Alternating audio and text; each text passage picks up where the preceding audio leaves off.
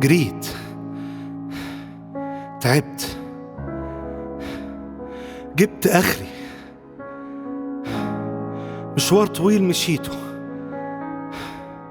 أحلام كتير بتراودني، حياة بحلم أرسم تفاصيلها كلها بنفسي،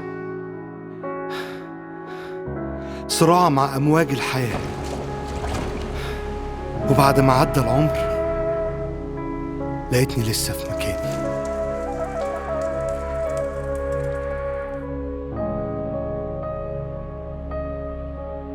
مشوار، سكة طويلة وبدايتها خطوة، وكل خطوة ليها قصة وحكاية، وكل سكة وليها اختياراتها، ومفيش خطوة بنخطيها ملهاش عواقب.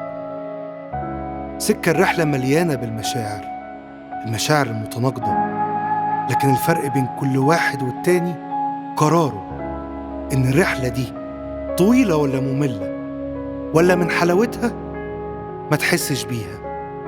لكن في ناس كتير سابت قصتها يعيشها حد غيرهم، لأنهم ببساطة خافوا يعيشوها. باختصار أكتر، إنهم خافوا.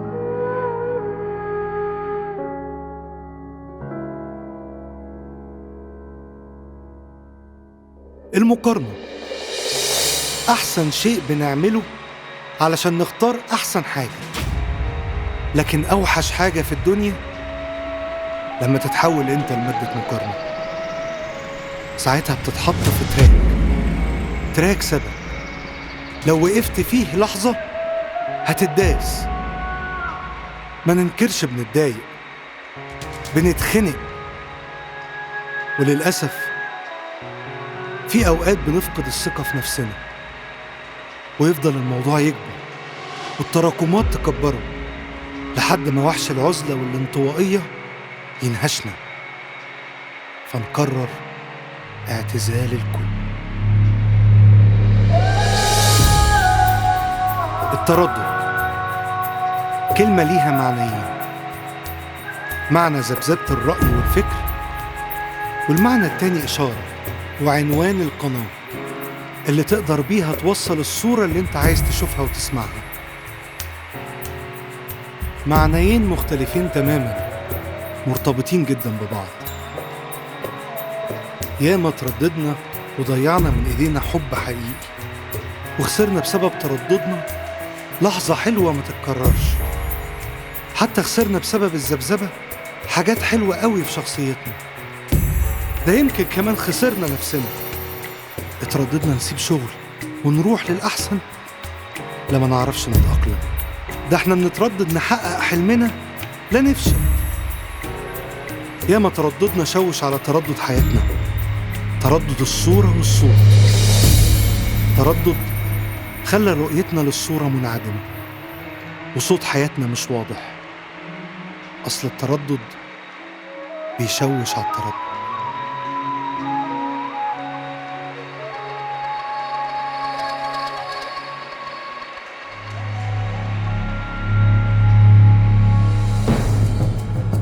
الكذب مش شرط يكون قول عكس الحقيقة. الكذب الأصعب هو إنك تظهر للناس عكس اللي فيك. الكذب إنك تعبر عن مشاعر أنت مش حاسس بيها. بيحطك جوه سجن، بيخليك محبوس جوه حاجات كتير مش فيك ولا شغلاك أصلا. فبيبقى قدامك حلين: يا تتكشف، وده مستحيل بالنسبة لك، رعبا في ترك الناس ليك وبعدهم عنك، ورعبك من الوحدة.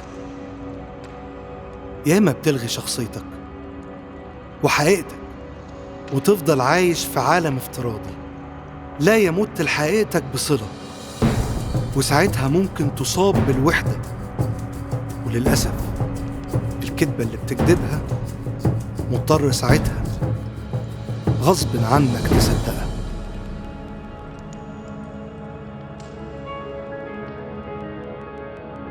أوقات بنتوه عن طريقنا، بنقرر قرارات غلط، بنخاف فنفقد شغف التجربة، بنكسل نحاول فنقع، بنغير جلدنا فبننسى حقيقتنا، بنتهز، بنضعف، بنمل ونزهق، بنتوه جوا دايرة يومنا، بنحبط، بنكتئب، بننطوي، بنفقد الثقة في اللي حوالينا ونفسنا، بتموت اللهفة اللي جوانا لتحقيق حلمنا، بنكره، بنغضب، بنبعد، بنهاجر من روحنا، والنتيجة ضياع الندم وعدم القدرة على إننا نكمل.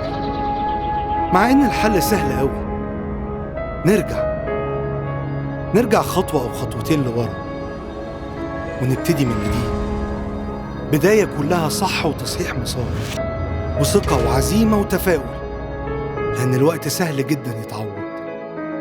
لكن صدقوني، روحك لو اتطفت أو ماتت عمرها ما هتتعوض، لأنها بتتعاش مرة وملهاش إعادة. فاذكر من أين سقطت وقوم، وحاسب للعمر يجري منك وتلاقي نفسك ملحقتش تعيش، ويعيش مكانك خيالك أو ضلك.